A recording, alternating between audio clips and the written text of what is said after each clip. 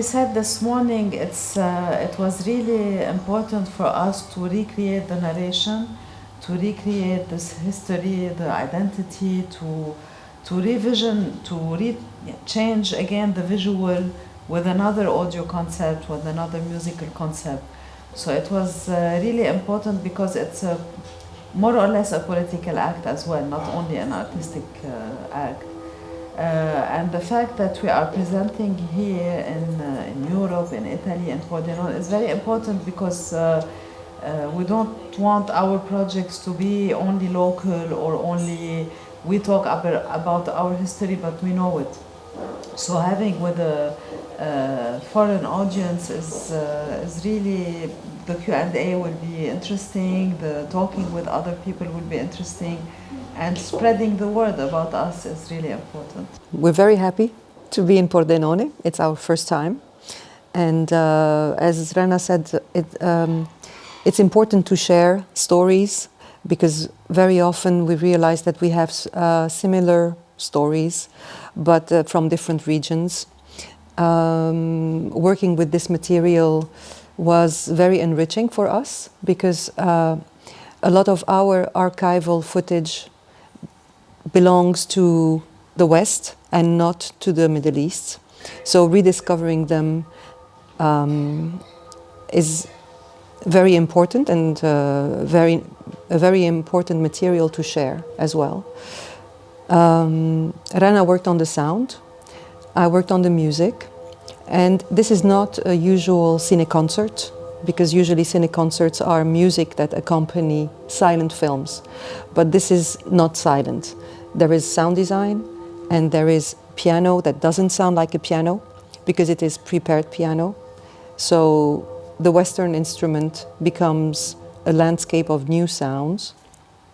It's about deconstructing the Western instrument for a project where we see a territory that has been deconstructed by Western powers.